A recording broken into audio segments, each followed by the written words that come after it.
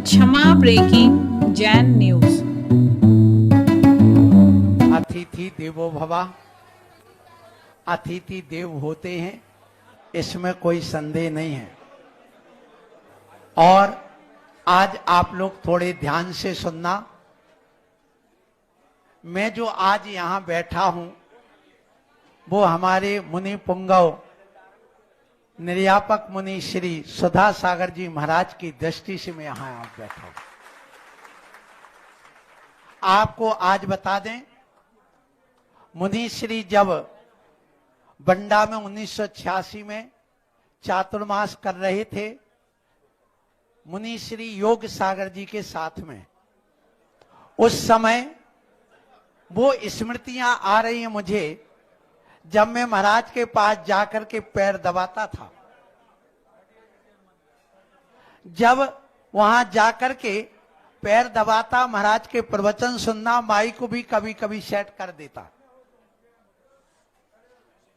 इसलिए जब वहां जाते तो बार बार ये पिछी बनाने की बात भी आई, तो पिछी भी बनाई। महाराज की पहली पिछी मैंने बना करके दी है, ताली बजा करके।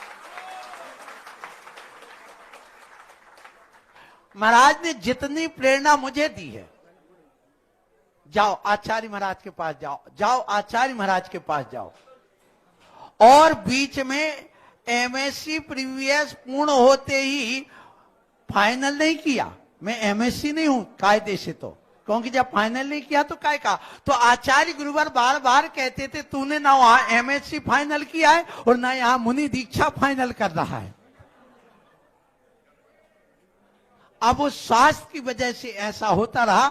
इसलिए मैं आज कहना चाहता हूं कि आज जो भी हैं, हमारे लिए गुरु तुल्य सुधा सागर जी महाराज हैं। इसलिए हैं कि इस कीचड़ से निकालने वाले तो वही हैं। इसलिए मैं कहना चाहता हूं, लोग कह रहे थे महाराज आप कभी बाद में जाना, मैंने कहा नहीं, मैं जाऊंगा जाऊंगा, अतिथि देवो भव, मैं जाकर के पहले जाऊंगा और पहले ही बोलूंगा। इसलिए मैं आप लोगों से कहना चाहता हूं कि सुनिए, यहां पर पद अपनी तरफ रहेगा, लेकिन जिसने एक शब्द का भी दान दिया हो उसको कभी भूलना नहीं चाहिए। और जिनने मोक्ष मार्ग ही दे दिया हो उनको तो कभी मैं भूल ही नहीं सकता है। इसलिए मैं कहना चाहता हूं कि आज जो यहां पर मैं बैठ करके बात कर रहा हूं, और मैं आज पूरी समाज से ये आगाह करना चाहता हूं, ये आगाही करना चाहता हूं पूरी समाज को कि ध्यान रखना, तुम सागर के गौरव को कलंकित मत करना। बस मैं इतना कहूंगा। तुमने रातों रात भगवान से शैतान बना दिया। मैं कहूंगा स्पष्ट, रातों रात तुमने व्हाट्सएप पे दुनिया की बातें निकाल दी। ये समाज को सोचना चाहिए कि हम किसके साथ कर रहे, कौन से पहाड़ से सिर पटकोगे, पहाड़ से पहाड़ फूटने वाला नहीं, तुम्हारा सिर फूटेगा। ये ध्यान रखना। इसलिए मुनि मुनि होते हैं, और जिनकी साधना आज की नहीं 50 वर्ष होने को जा रहे हैं, अभी हुए नहीं, होने वाले हैं। और जिनको तुम अभी तक कितना मान करके, अपना मान करके महाराज श्री ऐसी क्या बात हो जाती मुझे समझ में नहीं आती। और मैं इसलिए कह रहा हूं कि जब भी मैं आचार्य महाराज के पास गया था, मेरे ऊपर भी कितनी बातें करी थी, ये मैं सागर समाज को अच्छे ढंग से जानता हूं। लेकिन सागर समाज भी इतनी अच्छी है कि गुरु महाराज की इतनी भक्त है कि भाग्योदय जी से तीर्थ को रातों रात खड़ा कर दिया, ये भी मैं कहूंगा। इसलिए मैं कहूंगा, चाहे वो समय सागर जी महाराज हो, समय सागर जी महाराज आचार्य हैं, इसमें कोई संदेह नहीं। 100% गुरुदेव की दृष्टि में आचार्य हैं, 100% समाज की दृष्टि में हैं, और 100% नहीं 101% हम सब मुनि महाराजों की, सारे संघ की तरफ से। इसलिए सारा संघ इकट्ठा हो करके और मंच पर बैठा ला है। इसलिए उनकी आज्ञा होती, मुझे पता है, मुझे बहुत कुछ बोलना है, इसलिए महाराज ने कहा आप ही बोलो।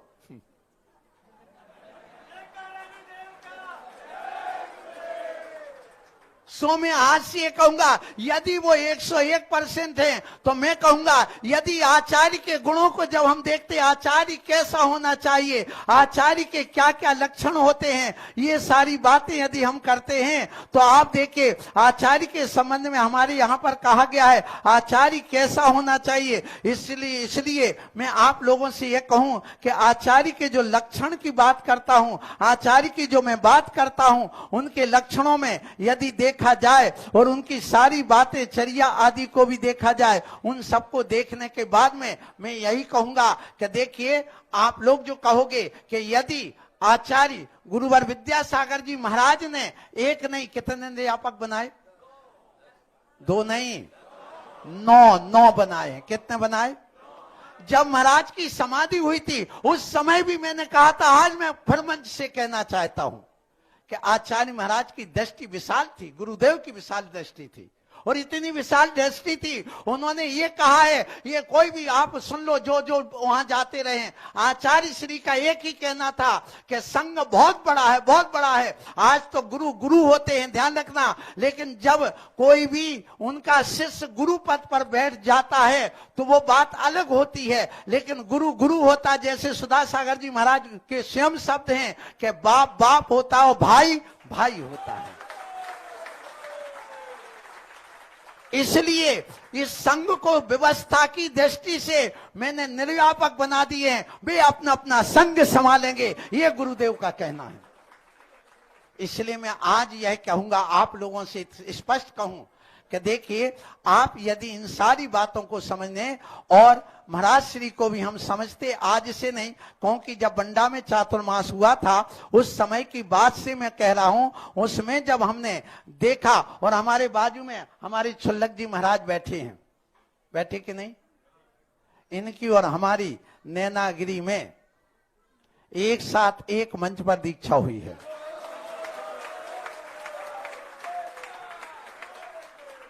अब देखिए इन सारी बातों को देख करके जब हम उन बातों को समझते हैं और जानते हैं और देखने जाते हैं ये सारी बातें, तो इन सब में देख करके जो बात आती है कि एक आचार्य कैसा होना चाहिए, मैं ये कहना चाहता हूं। तो आचार्य सबसे पहले कहा प्राय प्रश्न सहा, सबसे पहले प्रश्न सहा, कोई भी कहीं से प्रश्न आ जाए, कोई उत्तेजना नहीं, कहीं से भी कोई भी प्रश्न कर दे, सारे प्रश्नों का उनकी जिह्वा पर सवार रहता उत्तर। फिर उसके बाद कहा प्रतिभावान, फिर कहा प्रभावशाली, प्रौढ़। देखना आचार्य के लक्षण मैं बता रहा हूं कि कौन से बताएगा, हमारे आचार्यों ने कहा। फिर गंभीर, गंभीर सागर जी तो साथ ही लगे, मैं कहूंगा कि यदि लक्ष्मण की तरह कोई ने साथ दिया है सुधा सागर जी का तो वो है गंभीर सागर जी ने दिया है। कई प्रकार की बातें आई, लेकिन उन्होंने कहा नहीं, जो मैंने सुना वो मैं कहना चाहता हूं, क्योंकि कई प्रकार की बातें लोगों ने उड़ाई हैं और उड़ती हैं और उड़ती रहेंगी, क्योंकि ये तो जमान है जब चाहे उठाई जीव तरुआ से अपनों का जा रहा हो।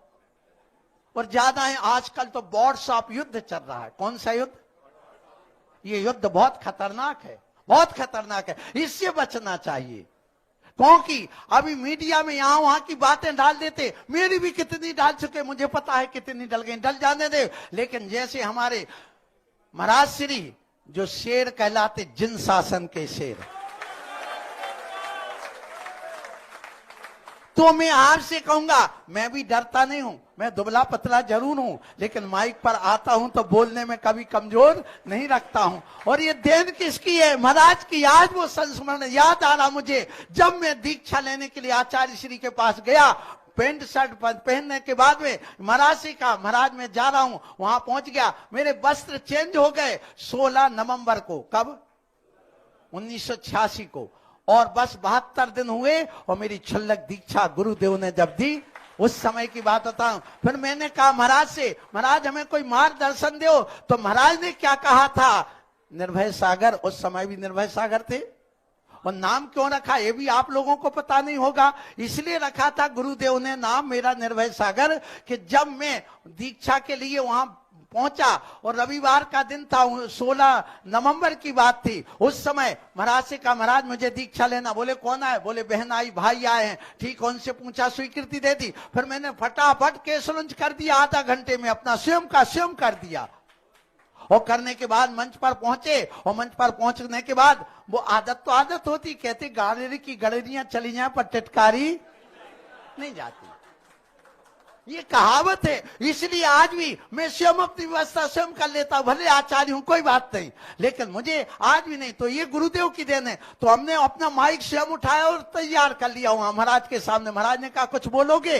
जैसे अभी सुधा सागर जी महाराज कह रहे, ऐसे उन्होंने कहा कुछ बोलोगे? और ब्रह्मचारी बजा, सो मैंने खुद महाराज के सामने का माइक उठाया, बोलना चालू कर दिया। सो सारे महाराज हंसने लगे। तो मैंने कहा, महाराज आप लोग हंस क्यों रहे थे प्रवचन के बाद कमरे में? बोले तुम तो निर्भय हो करके बोल रहे थे।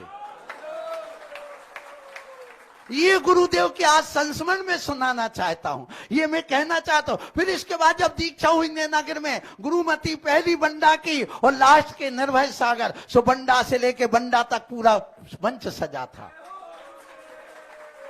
इसके बाद सुनिए, वहां पर नाम जब दिया गया तो बोले अभय कुमार का क्या नाम देना? ब्रह्मचारी का बोले अभय सागर। और वहां पर बैठे थे, संचालन कर रहे थे अपने सतना वाले नीरज जी। तो उन्होंने क्या कहा सुन लो। उन्होंने कहा कि महाराज एक निर्भय सागर जी हैं। बोले निर्भय नहीं, वो एक अभय सागर हैं। आचार्य जी ने कहा अभय सागर नाम बोल दिया, क्षुल्लक अभय सागर। बोले महाराज एक क्षुल्लक जी एलक जी हैं अभय सागर। बोले अभय नहीं, निर्भय सागर। ऐसा तो महाराज ने ये कहा था उस समय, सुधा सागर जी महाराज श्री ने, कि देखो बैसाखी लगा के मत चलना। क्या कह रहा हूं? बैसाखी लगा के मत चलना, ये मोक्ष मार्ग है, शाश्वत मार्ग है। ज्ञान अच्छा प्राप्त करो, स्वाध्याय अच्छा करो और प्रवचन भी अच्छे करो। ये मुझे आज भी ध्यान, महाराज भले भूल गए हूं, लेकिन जिसने शिक्षा पाई है वो भूल सकता है क्या? अरे उपकार को कभी भूलना चाहिए। जो उपकार को भूल जाता वो कृतज्ञ नहीं कहलाता है। इसलिए मैं कहूंगा सागर समाज से, कितना सुधा सागर जी महाराज ने इतना उपकार किया और उपकार करने के लिए आ रहे हैं, कभी इनका उपकार भूलना नहीं, ये ध्यान रखना। बंदी मुट्ठी तो लाख की, खुली मुट्ठी तो। ये बताओ, यदि तुम कुछ भी बोलोगे किसी भी साधु के संबंध में, इनकी बात नहीं, मैं तो विशुद्ध सागर जी की बात करूंगा, मैं तो विराग सागर जी की करूंगा, मैं तो यहाँ पर देवनंदी जी आचार्य महाराज की भी बात करूं। कोई भी साधु आए, हमें सागर वालों को कभी किसी के प्रति विद्वेष भाव नहीं रखना, क्योंकि सागर जुड़ा हुआ है प्रत्येक मुनि के साथ। इसलिए सागर जुड़ा रहना चाहिए प्रत्येक मुनि के साथ में। उस सागर को खारा मत करो, मैं कहूंगा। इसलिए आज मैं कहना चाहता हूं कि जो एक आचार्य के लक्षण होते हैं, कहा गया आचार्य उदार होना चाहिए, आचार्य गंभीर होना चाहिए, आचार्य दयालु होना चाहिए, आचार्य मृदुभाषी होना चाहिए, आचार्य व्यक्ति का धनित्व होना चाहिए, व्यवहार कुशल होना चाहिए, दूर दृष्टि रखने वाला हो जाना चाहिए, इंद्रिय विजेता होना चाहिए, कुलीन होना चाहिए, उच्च कुल का होना चाहिए। ये सारे गुण यदि हम देखें तो भले मुनि श्री निर्यापक हैं, पर वो आचार्य से कम, मैं कहूंगा ये आचार्य से कम नहीं। और वैसे भी हमारे तो गुरु रहे हैं, तो हम तो कहते हो और ऊपर बैठा लो महाराज को, हमें कोई विकल्प नहीं। और बिल्कुल इनकी महानता में उस समय देखी महाराज श्री की, जैसे मुनि पुंगव लिखा जाता है। क्यों? मुनि पुंगव का अर्थ क्या होता? मुनियों में श्रेष्ठ, सर्वश्रेष्ठ, वो मैं कहना चाह। जब टूंडला में मिले तब भी ऐसे ही हाथ पकड़ करके बिल्कुल बराबर ऐसे बैठाल करके, मैं उस समय की बात देख रहा हूं, उस समय की मैं आज कहना चाहता हूं, पूरा संघ साक्षी, वहां के लोग साक्षी थे। जब तक मंच पर एक पाटा रखा था ऊंचा, बाकी सब नीचे थे, महाराज तब तक खड़े रहे जब तक बराबरी का आसन वहां पर नहीं लग गया, तब तक खड़े रहे। ये इनकी महानता है, ये इनकी। इसलिए मैं आपको कहूंगा, इसलिए ऐसे व्यवहार कुशल सारे गुण महाराज श्री के अंदर हैं। और यदि आचार्य श्री क्या समाज सब मिलकर के इनको ये चीज यदि करती है, और दीक्षा का स्वीकृति तो दी गई है कि सभी निर्यापक अपने अपने मुनि बना संघ बना सकते हैं, और यदि ऐसा सौभाग्य बनता है तो सोने में सुहागा होगा। इसलिए सागर वालों से कहूंगा कि आप मेरी तरफ से एक श्रीफल लाओ कमेटी वाले, और महाराज श्री को चातुर्मास के लिए तपोवन में श्रीफल चढ़ाओ। महाराज श्री तपोवन में चातुर्मास करेंगे और कमेटी वालों से कहूं चलो मैं भाग्योदय चलता हूं। हाँ बिल्कुल, उसमें क्या होगा, देखो रोटी के बदले रोटी का मोटी का पतरी, ये जो बुंदेलखंड की कहावत है। इसलिए मैं आज ये कहना चाहता हूं, आज पूरा सागर यहां उमड़ करके आया है। सारी समाज से मैं कहूंगा, तुमने जो अभी तक गुरुदेव को जैसा माना है वैसे उनके शिष्यों को मान लो तो सागर महासागर बन जाएगा, हिंद महासागर बन जाएगा। इसलिए मैं आप लोगों से यहां कहना चाहता हूं, सुनिए एक मिनट, आप लोग सुनो एक मिनट, अभी चलने दो। आज तो मैं खूब दिल भर से बोलूंगा महाराज श्री, बिल्कुल दिल भर से बोलूंगा, सारे पन्ने खोलूंगा आज तो। जो जो आज तक महाराज ने मुझे दिया है, कभी उपकार के उपकार को नहीं भूलना चाहिए। इसलिए ना महाराज चातुर्मास बंडा करते, ना मैं कीचड़ से निकलता। और एक चीज और बताऊं वैराग्य की, जो आप लोगों ने अभी तक नहीं सुना, मेरे जीवन परिचय पर दीदी वगैरह ने पुस्तक लिखी, वो भले पढ़ ली हो, मां की बताऊं, सुधा सागर जी महाराज श्री ने बंडा में एक उपदेश दिया पर्युषण पर्व के बाद, कि इस पंचम काल में लोग इतना पाप करेंगे, इतना पाप करेंगे, इतना पाप करेंगे कि भाई को भाई, बहन को बहन, मां को मां नहीं मानेंगे। और एक उदाहरण दिया कि सेठ का पिता मर करके मल का कीड़ा बना, वो उदाहरण मुझे याद है। तो वो सेठ जो आप लोगों ने सबने सुना है, बार बार पूछा महाराज से, मेरे पिताजी कहाँ गए? बोले मल के कीड़ा बन गए। कहाँ? बोले जहां पर तू कल गंदगी करके आया तो वहीं पर देख जा, काले मिलेगा।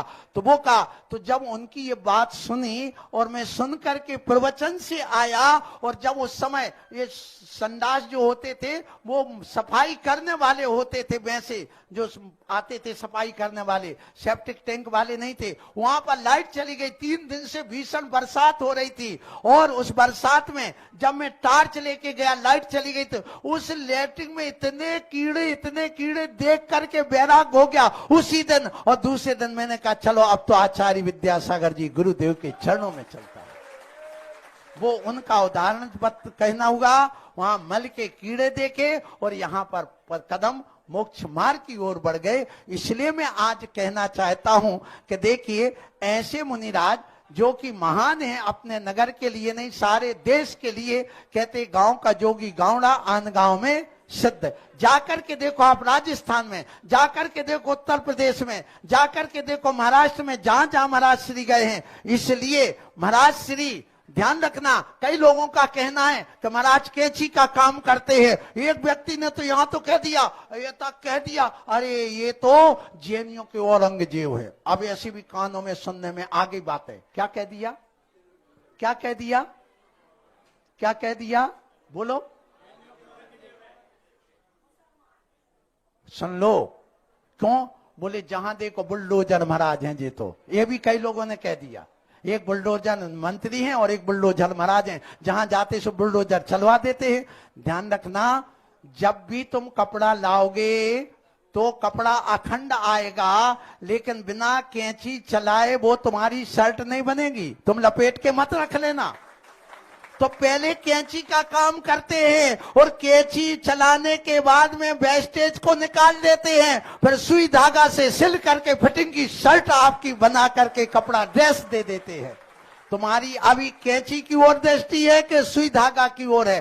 कैंची की भी रखो और सुई धागा की भी रखो। सुई कैंची जब चलती है, आपने देखा हो, जब आप कभी भी नाप जाने कपड़े को बनवाने जाते हो तो आपकी नाप ले लेता है कौन? वह दर्जी। और तुम्हारे सामने कटिंग नहीं करता। क्यों नहीं करता? इसलिए नहीं करता है कि जब वह करने के लिए बैठता है कटिंग करने, तो तुम्हें लगता वाह मैंने तो एक छीरा भी था तो वो कपड़ा नहीं लिया, इसने टुकड़े कर दिया, एक टुकड़ा यहां बांध के वहां फेंक दिया, एक टुकड़ा वहां फेंक दिया, वहां का फेंक दिया, इतना सा टुकड़ा वहां निकल, तो उसको दुख होता है। लेकिन जब वह सिल करके सामने आता है फिटिंग का, तो सामने वाला खुश हो जाता है। ऐसे जो भी पहले तोड़ फोड़ होती है, इसमें कोई संदेह नहीं। जब कुंडलपुर में भी गुरुदेव ने ऐसा वहां पर हुआ था बड़े बाबा का मंदिर, तो मैंने आचार्य महाराज से सन 2000 में जब मैं राजस्थान से आया, गुरुदेव के चरणों में ये लगता, मैंने कहा महाराज हमें तरह तरह की बातें सुनने को मिलती हैं, आप बताइए मैं क्या करूं, किसको क्या जवाब दूं। कोई कहता कहार था कुंडलपुर, कोई कहता फलाना, कोई कहता इतिहास मिटा दिया, कोई कुछ कह रहा, मैं क्या उत्तर दूं। तब आचार्य श्री ने क्या उत्तर दिया था, निर्भय सागर तुम्हें उत्तर देने की जरूरत नहीं है, बड़े बाबा स्वयं उत्तर दे देंगे। दूर सोचते, दूर की सोच देखिए आप लोग। सागर वालों से कहूंगा मैं, और ये तो अपने ही हैं, हमारे अपने हैं, कोई बाहर के नहीं है। इसलिए मैं दिल से कह सकता हूं, अपना मान करके कह सकता हूं, अपना समझ करके कह सकता हूं, क्योंकि यहीं पर महाराज पले हैं और यहीं पर हम पड़े हैं। आपके सब चेहरों को मैं जानता हूं, पहचानता हूं। आप लोग इतना ध्यान रखिए, कैंची चलाए बिना शर्ट की डिजाइन नहीं बनेगी और सुई चलाए बिना वो बनेगी नहीं, इसलिए दोनों होती है, वो करना ही पड़ता है। अब इसलिए वो फिटिंग का अपन को काम करना है, फिटिंग जोड़ने का काम करना है। लेकिन उसके साथ में इतना कहूंगा कि देखिए, गुरुदेव ने जब विद्यासागर जी महाराज के पास मुझे भेजा, विद्यासागर जी के पास जब मैं गया, तो उस समय मैं आपकी बात बता रहा हूं कि वहां पर पिछी लेने की बात आई। पिछी कौन लेगा, आचार्य श्री के पास में पहुंचा, पिछी कौन क्या करना, पिछी लेकर के तो वहां आई नहीं थी, यहीं बनाई थी। योग सागर जी महाराज भी हमारे गुरु रहे हैं, ऐसे गुरु रहे कि उन्हें पिछी बनाना, 24 ठाना पढ़ाना, जैन सिद्धांत पढ़े वगैरह मुझे पढ़ाई है। समय सागर जी भी हमारे गुरु रहे, उन्होंने मुझे पढ़ाया। इसलिए मैं तो इतना समझता हूं, कोई कहे अरे आचार्य होकर के तुम कैसे लेने चले गए, नमोस्तु क्यों नहीं करते, इनको आपस में सुन लो। आगम में स्पष्ट कथन है कि आपस में जब कोई भी मुनि मिलते हैं, आचार्य मिलते हैं, और आचार्य और मुनि मिलते हैं, आपस में प्रतिवंदना ही होती है, प्रतिवंदना। ये तो गुरुवर विद्यासागर जी महाराज ने क्यों बंद कर दिया था, सिर्फ आशीर्वाद। लेकिन जिस समय दीक्षा देते हैं तब भी आपने देखा पुछी उठा के नमोस्तु करते के नहीं, उन दीक्षार्थियों को करते हैं, मैंने स्वयं देखा है। क्यों, जब हम लोग वहां छोटे छोटे, वो महान इतने बड़े बाप से भी बढ़कर के उम्र वाले ऐसे गुरुदेव के चरणों में जब हम लोग पहुंचे तो अच्छा नहीं लगा। महाराज लोगों ने, उन्होंने कहा महाराज हम कहां आपके सामने, आप पिछी वंदना ना करके आप तो आशीर्वाद दो। सो आचार्य महाराज ने हम लोगों के सबके निवेदन पर आशीर्वाद दिया था। इसलिए मैं कहना चाहता हूं कि आज जो बातें आ जाती हैं वहां, उनकी जय क्यों नहीं बोलते, उनको ऐसा क्यों नहीं करते, वो क्यों नहीं करते, ये भैया तुम्हारा विषय नहीं है, ये संघ का विषय है। उस विषय में तुम फंसोगे तो तुम अपना अहित कर लोगे। मैं चाहता हूं इस समाज का अहित ना हो। आप तो बस मुनि महाराज को आओ, नमोस्तु करो, अच्छे ढंग से मिलो। सो जब महाराज के पास से आया, गुरुवर विद्यासागर जी महाराज के पास से पिछी की बात आई, तो सुधा सागर जी महाराज श्री ने, हमने कहा महाराज मैं तो पिछी आपकी लूंगा। तो मुझसे कोई कहने लगे उनकी पिछी क्यों लोगे, मैंने कहा भैया ये तो अपनी श्रद्धा है। योग सागर जी महाराज की भी बात आई कि उनकी पिछी लो, मैंने कहा ठीक है, वो हमारे आदर से बड़े हैं, सब कुछ है, लेकिन मैं तो महाराज से प्रभावित हुआ, इनने प्रेरणा दी है मुझे मोक्ष मार्ग पर और बढ़ने की। सो इसलिए मैं तो इन्हीं की लूंगा। तो ये प्रथम पिछी हमारे लिए मुनि श्री सुधा सागर जी महाराज ने प्रदान की। बाबूलाल जी अनुज जी उस समय संचालन कर रहे थे। अब बताइए, जब ये देवो भवा अतिथि की बात आती है, इसलिए मुझे इतनी हर्ष हुआ, इतना हर्ष हुआ जितना गुरु से मिलने में हर्ष होता था, वैसे सदा सागर जी महाराज से मिलने से हर्ष हुआ। इसलिए मैं कहूंगा कि आज ये सभा बंदी हुई है। मुझे मालूम है कि थोड़ी देर और रुकाई पानी, क्योंकि ये बड़े बाबा का अतिशय है। यहाँ कभी कुछ अतिशय कम नहीं होते हैं, हमेशा बढ़ते ही रहते हैं। इस प्रतिमा पर कभी पक्षी नहीं बैठता, आप कभी भी आइए, इस प्रतिमा की छाया नहीं पड़ती। कितना भी पानी बरस गया आज तक, लेकिन आज तक कभी पूरी प्रतिमा गीली नहीं हुई। मुझे विश्वास है जिस दिन इसकी प्रतिष्ठा हो जाएगी उस दिन वह पूरी गीली होगी, उसके पहले पूरी गीली नहीं हुई है। इसलिए आप लोग कितना भी करना, लोगों ने, बस अंतिम बात कह रहा हूं, महाराज का भी सुनना है, नहीं तो तुम कहोगे माइक के महाराज तो ले गए बैठ करके। नहीं, हम सुनेंगे, 10 बज जाए 11 बज जाए कोई बात नहीं, और बजते हैं बजने दो। महाराज श्री उत्तम क्षमा उत्तम क्षमा मैं अभी भी कहूंगा, इसलिए मैं कह रहा हूं, सुनिए कि आपसे ये कि सुनो, आपने हट सुनी होगी, एक राजहट, एक बालहट और एक त्रियाहट, और एक हट और सुनी है किसी ने? कौन सी?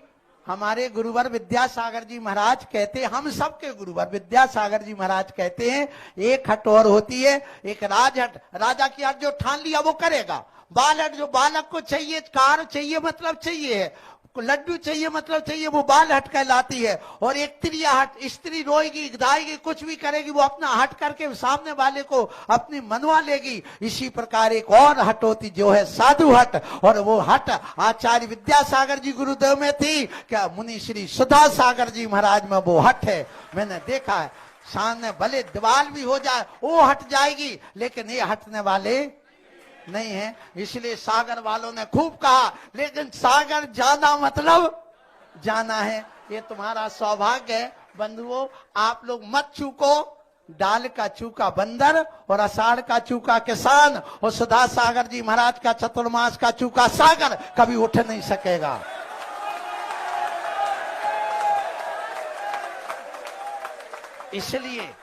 इसलिए मैं पुनः कह दूं,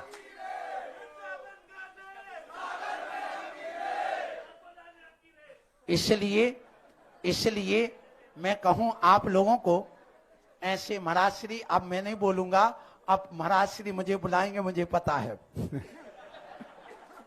अभी तो मैंने बुलाया है, बार बार निवेदन किया है, महाराज श्री सब लोगों से कहा, चाहे वो राजकुमार भी नहीं, कहाँ गया है पूरे वहां के, चाहे तुम्हारे राजेश भैया, एडिना जे, हमारे क्या नाम, तन्नू भैया कोयला, ये सब लोग, बहुत सारे लोग जिनका नाम मैं नहीं ले सकता हूं, सबसे कहा महाराज को लेके आओ। हैं ये वो क्या नाम से, पराग हैं, जिस क्या नाम से, ये अशोक चितौरा आदि बहुत सारी बातें हैं। इसलिए हमारे एक चक्रेश जी पटना वाले, ये सब लोग बहुत सारे लोग हैं जिनकी बात क्या कहूं। और पवन जी ने जो काम किया है वो तो आप देख ही रहे हैं। आज पवन कौन, मेडिकल धवोली वाले, उन्होंने जो काम किया है, और ये देन है महेश बिलेरा वालों की, ताली बजाओ उनके लिए।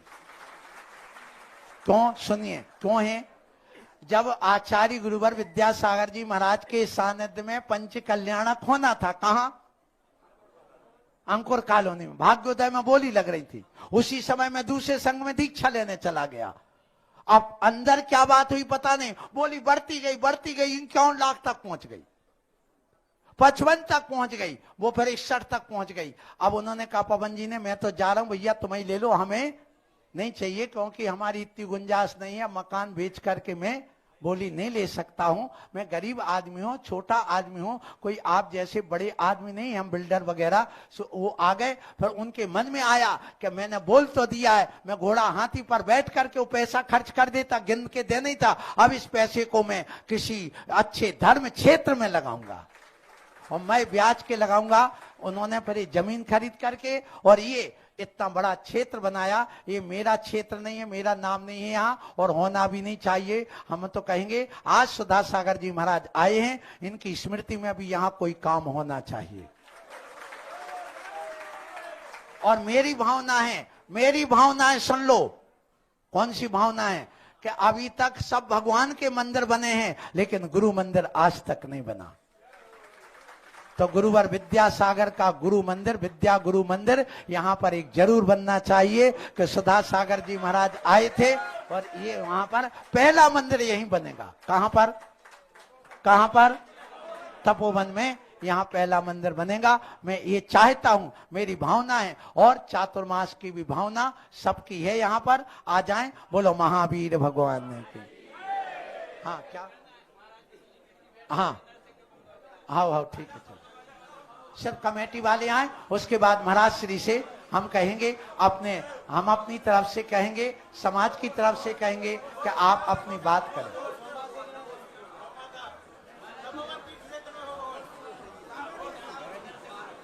तो ठीक है, आप लोग दे रहे हैं, तो मैं ये कहना चाह रहा था कि महेश बिलेरा वालों को वो बोली मिली थी, पवन को नहीं मिली, तो वो वहां चली गई बोली, तो वो पैसा यहाँ लग गया, इसलिए उनका भी इसमें हाथ रहा है और सब लोग इसमें अच्छे से हैं। सबको मेरा बहुत बहुत आशीर्वाद, पूरी समाज को।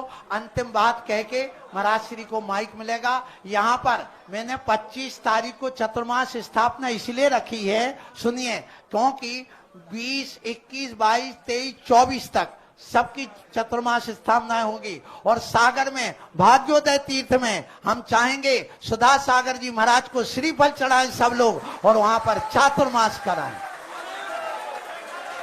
सुनिए, महाराज श्री को जब अपना चातुर्मास स्थापना करना करें, और इसके अलावा 25 तारीख को यहाँ गुरुवार रहेगा और यहाँ पर हमारे राजेंद्र भैया कहाँ गए, ब्रह्मचारी जी साहेबपुर वाले, जो कि बहुत वो है, उनकी 25 तारीख को इसी मंच से 1 बजे दीक्षा होगी और महाराज श्री आकर के उनको आशीर्वाद दे। कहाँ गए भैया?